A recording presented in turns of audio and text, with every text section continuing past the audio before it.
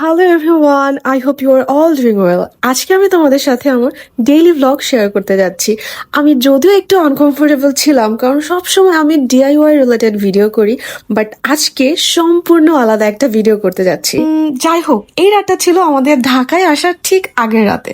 So তাড়াহুড়া করে আমি কি কি করেছি তোমাদের সাথে ওইটাই শেয়ার করব। যেহেতু কালকে সকালেই বরিশাল থেকে আমরা ঢাকা চলে যাব, লং একটা জার্নি। যাওয়ার আগে যেহেতু অনেক কাজ করতে হবে, সো প্রথমেই ভাবলাম নিজেকে একটু বুস্ট আপ করার জন্য কফি খেয়ে নিই। আর রাতের খাবারের জন্য আমি একটু ভাত করে নিয়েছি, আর সাথে ভাবলাম ডিম রান্না করব।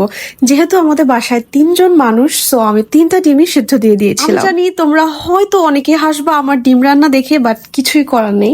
আমাদের বাসায় আসলে পেঁয়াজ এক্সট্রা কেনাও হয়নি যে আমি পেঁয়াজ কুচি করে ডিম ভুনা করব।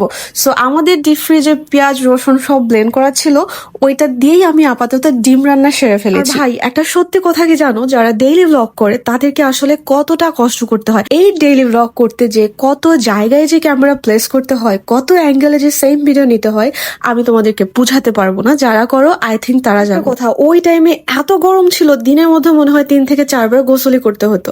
যাই হোক, ডিম তো রান্না করেছি, এখন চলো খেয়ে বলি আসলে কেমন হয়েছে। স্যাডলি আমাকে বলতে হচ্ছে ডিম রান্নাটা খুবই জঘন্য হয়েছে।